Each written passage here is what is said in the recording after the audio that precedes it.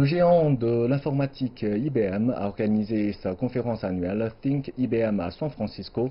Cette année, les innovations majeures ont été mises en avant, révolutionnaires pour la plupart et annonciatrices d'un avenir prometteur.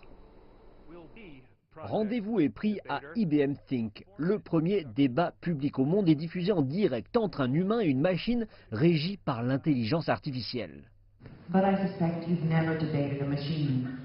Les deux parties disposent de 15 minutes pour se préparer à la résolution du débat. Nous devrions subventionner les écoles maternelles.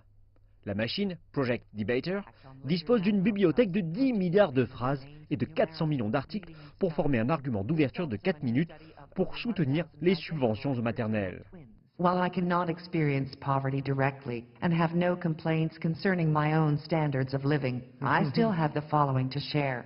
Regarding poverty, research clearly shows that a good preschool can help kids overcome the disadvantages often associated with poverty. La machine est en compétition face à Harish Natarajan, un grand finaliste lors des championnats mondiaux de débat en 2016. Oui, vous pouvez le rendre clairement plus accessible pour les individus buraleurs maternels.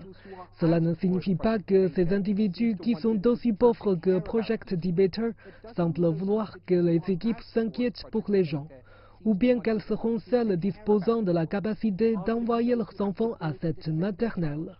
Giving opportunities to the less fortunate should be a moral obligation of any human being, and it is a key role for the state. Debater avait besoin d'écouter Harish Natarajan durant 4 minutes, avec des arguments très subtils et complexes, et cela a encore entraîné une contradiction. C'est là un niveau différent de compréhension du langage, et je pense que le système a très bien fonctionné. Quand le débat s'est terminé, les sondages ont indiqué que Natarajan l'avait emporté, ayant influencé l'opinion du public de 17% en sa faveur. Je pense que cela se situe en dehors de la zone de confort de l'intelligence artificielle, donc c'est pour cela que c'est si fascinant. Il y a tant de questions ouvertes, donc je pense que le débat que nous avons vu n'est que le commencement.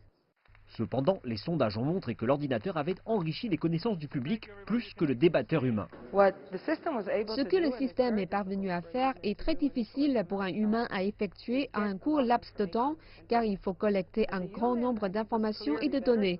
Mais je pense que l'humain était vraiment meilleur dans la construction d'arguments étape par étape.